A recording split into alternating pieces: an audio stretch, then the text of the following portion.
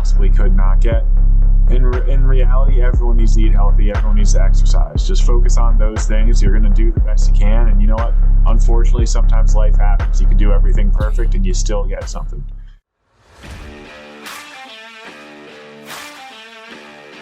Hey, you, person who put our video on and isn't actually watching. Today, we have something for you. We're talking about some longevity myths. We're going to go through some rapid fire ones to start. Then we're going to slow it down, really get into depth into this stuff. Dr. Tom, are you ready for this? As ready as I'm going to be, Aaron. So, to start off, I'm going to say a quote. Let me restart that. To start off, I'm going to say a quote. It's either going to have a myth or a reality. Sir, you have to say whether it's myth or reality. Make sense? Shoot. Older adults need less protein. It's a myth. True. Number 2, blue zones. Blue zones are a lie. That's a reality. True. Right into number 3. You're saying true, but I think you mean I'm correct. The first one and second one, I'm just... Yeah, you're correct. You're correct for both so far. Number 3. Okay. Last one. Shoot. Genetics determine 80% of your lifestyle and your lifespan. That's a myth. It's true. It is a myth. As in I'm... Oh, my God. You're messing me up. I'm going to give you one more, sir. Red wine will make you... Ooh, surprise one. Yeah, red wine will make you live longer if you drink 5 cups a day. That's actually true. Don't even try to convince me otherwise. Dr. Tom, I hate to break it to you, because we love our wine. It's terrible for you to have that much wine. It's not really even that good for you to have 1 glass of wine. So do not have that much. It's good for the soul. Every Italian that watches this channel right now is screaming at us. We just lost like the entire country of Italy to watch this. So even though I don't even know, I'm going to look and see what country watches this the most. Anywho, let's keep this rolling. The U.S. Is it? Why do I feel like it's like a random country? No, it's like, the U.S. It's for sure the U.S. Oh, Lithuania. That's Shout out to the Lithuanians, my fellow Lithuanians. Love you guys. Anywho. Yeah, let's take this bit by bit. We'll go through each myth. We are not going to talk about blue zones and wine. Check out our other videos if you haven't seen them yet. But the link is in the caption down below for the blue zone video. Mm-hmm. The first one is older adults need less protein. That is the myth. And the truth is protein is vital to prevent muscle wasting or sarcopenia. First thing you're going to want to do is put in a scoop of protein. Thoughts, sir? No, older adults need protein. You don't need to be decreasing it. It's something that's vital to help build muscle, especially in aging adults where it takes longer to build muscle. Protein becomes that vital source. Without it, you're not going to be able to maintain or continue to build the muscle. So no, that's completely opposite. If anything, you need more protein in order to sustain the muscle that you have and continue to build new muscle. Then you're going to add some protein. Sarcopenia is something that we're all fighting as we start to age. They say like, Aaron, correct me if I'm wrong. We had a video on this. I'm drawing a blank on the number. What age do we start to see the effects of sarcopenia? It's younger than most people realize. I think it's 30 or 35. I want to say I just turned 30 and now I'm scared. Tell me it's 35 because I still have some good years left in me. I still got this. But anywho, at a younger age, while Aaron's looking that up. Yeah, around age 30. All right, you Google that. Yeah, around age 30. So now I'm more scared than I was before starting this video. Thanks, Aaron. So now I have to worry about that. So in that sense, you want to try to have as much protein in your system, balanced, of course. Then you're going to add some protein. Versus decreasing that intake. But what are your thoughts on it, Aaron? Well, now that Dr. Tom scared himself with sarcopenia, the first thing that we have to say to everybody is age is just a number. Although it matters, it's not everything. Now, just because someone is supposed to start, like sarcopenia is supposed to start, which is just literally wasting of muscles, that doesn't mean that from 30 to 40, you're going to have no muscle left and you're going to be super weak. What truly matters is how much you're exercising and how, like, if you're eating healthy, are you having enough protein in your diet? If you do those things, there's no reason you can't Mhm. get stronger. Like, let's say you've never exercised, you're 40 years old, and you start. You will get stronger and you will do better. You might even do better at 40 than you were at 20 if you never exercise your entire life. And it's even the same thing as we get even older than that. Some people do crazy things in 70s, 80s, and 90s that they never expected. So, long-winded way of saying sarcopenia matters, but it doesn't at the same time. It's not as as much of a death sentence as it comes out to be sometimes. As far as this myth, older No, adults need less. basically, Sir, are you interrupting me?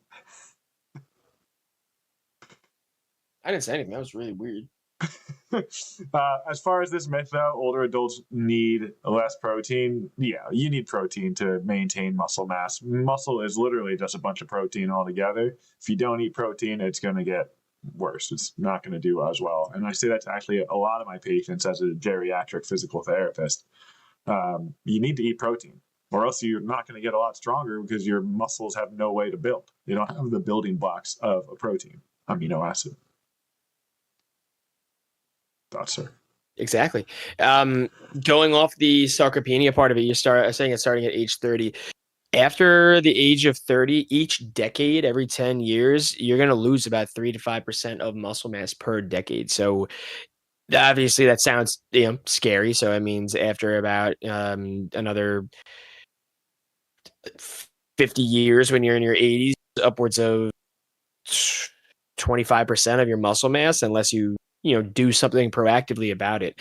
And the typical like grams to kilograms of body weight for protein intake for anybody below 65 has always been, if you're counting your macros, it's 0.8 grams of protein per kilogram of body mass. For older adults, it goes up to 1 to 1.2 grams. So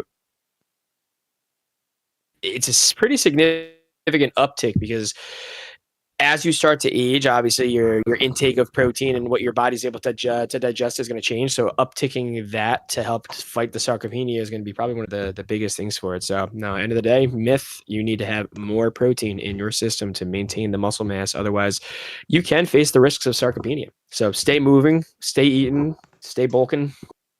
Yeah, so that actually goes Get your into a little protein. bit of a myth that we didn't mention yet, but a big thing with older adults is that when you get older, you should just rest and retire and do nothing and sit on the beach. And that is not the truth. If you do that, you're just going to get weaker and weaker until eventually you're going to have trouble moving and doing all things. Um, Instead, stay active. Don't ever stop exercising. Don't ever stop doing strength training. Don't ever even stop working on your balance. You should do these things your entire life. And it might sound strenuous, but when it comes down to it, if your body is used to doing those things, you're going to be able to do it. Like, a big reason why people can't run and jump anymore as they get older is they don't practice running and jumping. If you don't practice those things, you're not going to get any better with them. So you got to just keep going, keep doing things. I actually posted a video earlier today about some longevity age tests, whether you're able to do a certain thing. And it was a little rough for me. It took me a few attempts to actually do it, and I didn't even do it that well. But it's something I haven't done in such a long time. Like, why would I be able to do it? But after I practiced a few times, I was. So if I just kept doing that every single day for the next 10 years, I'd probably be able to do it in 10 years. It's about consistency and doing those things your body's not used to. Yeah, exactly. It's a use it or lose it scenario. So that's honestly what a lot of PTs mention all throughout their practice too. Use it or lose it. So make sure over the next couple of decades, if you're 30, use it or risk losing it. Yes. So number 2, sir, or the other topic, because like I said, we're not going over blue zones and wine, is genetics. Sir, what do you have to say about Yeah. genetics? So the genetics is a funny thing. There's still a lot of research that needs to be done with genetics and DNA. As much as we know about the human body, genes and the nervous system are probably the two that are still need to be the most studied. The whole body continues to be studied because it's going to just help us advance medicine. But anywho, let me step off that soapbox before we get into too far. Um, Genetics determining 80% of your lifespan is an old style of thinking. More research has come out since then, and it's not that large of a component. But actually, and Aaron, this might be news for you too. As of a couple of days ago, more research has just come out. Originally, we thought that genes are like before recording, we're only supposed to control about 10% of our lifespan. Now they're starting to think it's around maybe 50%. But needless to say, regardless of the number, you can tell it's constantly changing. 90% or 80% is definitely a large number, and there's a lot of extrinsic factors that go into your lifespan, whether it's your diet or where you're living. Blue zone, Aaron? Kidding. Anywho, there's a lot of factors that go into your lifespan, genes being one of them, but determining how much your genes really play into how long you're going to live and for how healthy you're going to be. It's, the jury's still kind of out on it. Originally, we thought 80%, and then we thought 10%. Now it's looking like it might be somewhere in the 50% range. And what do I find out? There is no Pepe Sylvia. The man does not exist, okay? Keep up with the current research on it, but don't let this, scare you into thinking like, oh, I've got bad genes, then I'm not going to live that long. There's so many other factors that can go into it. Our bodies are just a giant calculator, and things get determined based on what we put in and what we take out of it. I think when I really think about this, like, who cares? Honestly, like, who cares if genetics is 10% or 80% or 50%? Like, genetics isn't something we could change. Our lifestyle is something we could change. So we should work to change those things. And then there's always going to be what's called in psychology the nature versus nurture debate. There's always going to be, oh, is it genetics? Is it lifestyle? The truth is they both matter. And the truth is, you should just try to be healthy. You should do those things. Like, if you really want to, you could do genetic testing and really look into depth on some of those diseases and your likelihood for that disease. But is it really going to help you to be afraid about some disease you possibly could get and you possibly could not get? In reality, everyone needs to eat healthy. Everyone needs to exercise. Just focus on those things. You're going to do the best you can. And you know what? Unfortunately, sometimes life happens. You could do everything perfect and you still get something. But you know what? If you do get something, you still just have to work through and you still have to do the same things. You still have to eat healthy. You still have to exercise. One of the big things I learned about neurological diseases is the difference between primary versus secondary decline. Primary decline is when you decline slowly because you have a degenerative condition, let's say Parkinson's or multiple sclerosis or MS. Normally, the regression is slow. You don't actually regress that slow if you continue moving and exercising. Then there's secondary decline. Secondary decline was like this, maybe even like you're going off a cliff. The reason that happens is people get a diagnosis about some terrible thing and they stop doing anything. They don't eat healthy anymore. They don't exercise. They're just like, what's the point? I have this disease. I won't get any better. And that's also actually where physical therapy comes in. We bring them back to that spot they're supposed to be, where you're on a gradual decline and not off of that edge of the cliff. We bring them back from the edge of the cliff to where they're supposed to be. And that's, I guess, my long-winded way of saying that. I lost my train of thought, actually. Live your life and don't worry about the genetics is what you're trying to get back to. Yes, that's what I'm trying to say. Yeah. It's a factor. It's funny that you mentioned that stuff. Mm-hmm. This is the second video. I'm cutting you off. Go ahead. I'm so sorry. Good. This is good. all my fault. I was done. You're good. I was gonna just mention that it's funny that you're mentioning that, especially the primary and secondary decline, because Holly and I were just talking. It might have been last night even talking about placebo effects, and like placebo effects can work on both ends. There's the placebo effect of like thinking you're taking a medication and getting better and realizing like, okay, like you didn't need the medication. You just needed like the valid support in your brain that something is going to change. And that works in a positive and a negative. Like, oh, like this medication is supposed to help you get better and beat this X disease.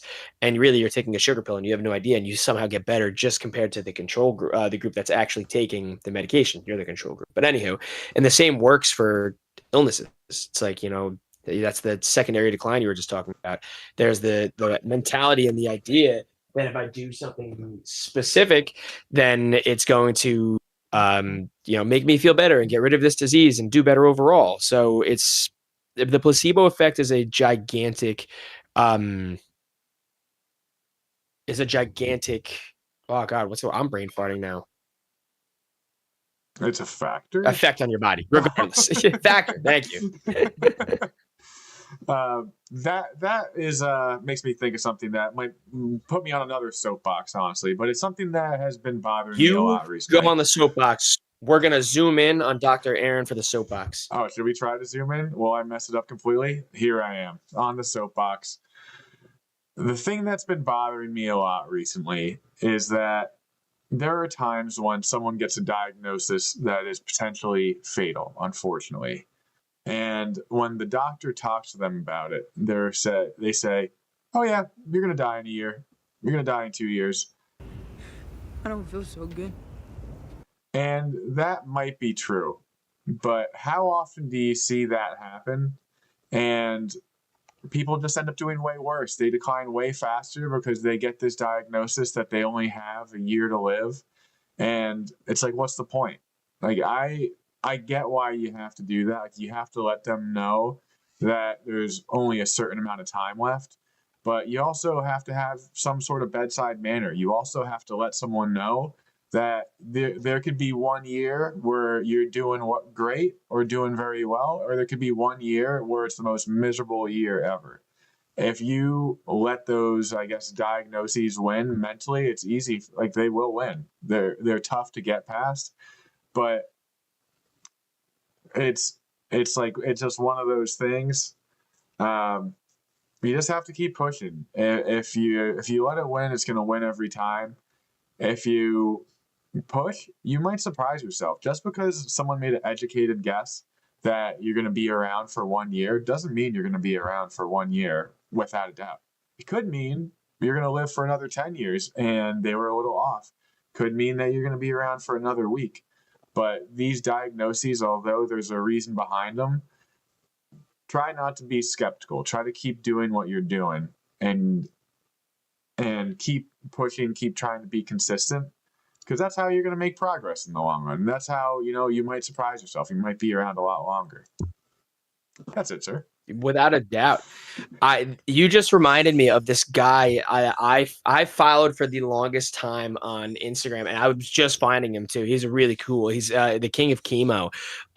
He's somebody who he got a diagnosis of brain cancer, and he was given only a certain, I don't want to say the exact number of years. He says it in his video, but he only had a certain amount of time left to live.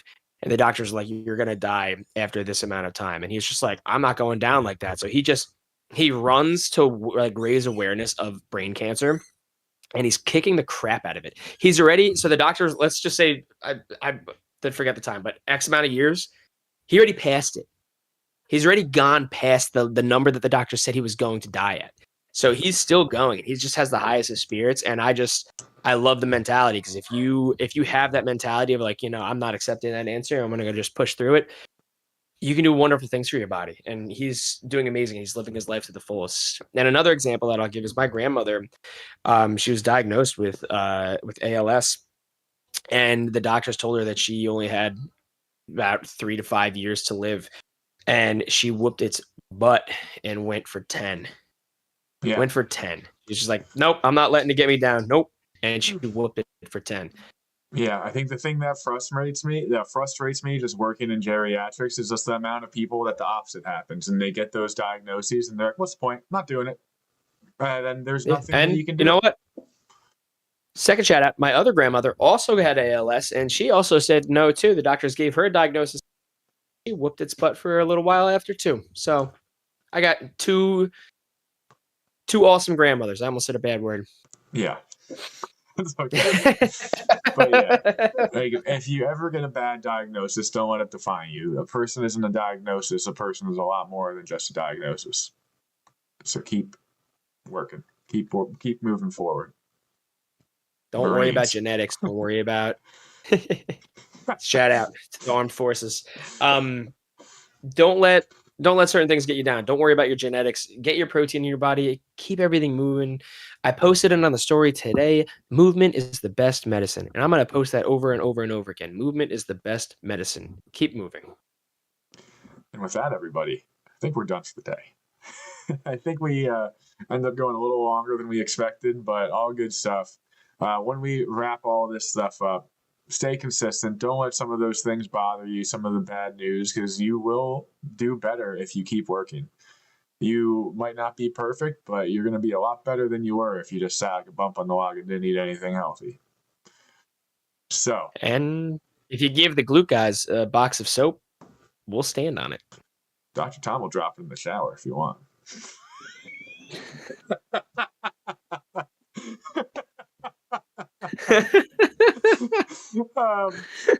Put in the comments, everybody. I don't know, sir. What should we put in the comments? Put in the comments your favorite thing to do in the whole world. Something that, you know, it makes you happy. We're all about happy thoughts here tonight. Have a nice night, everybody. We'll talk to you soon.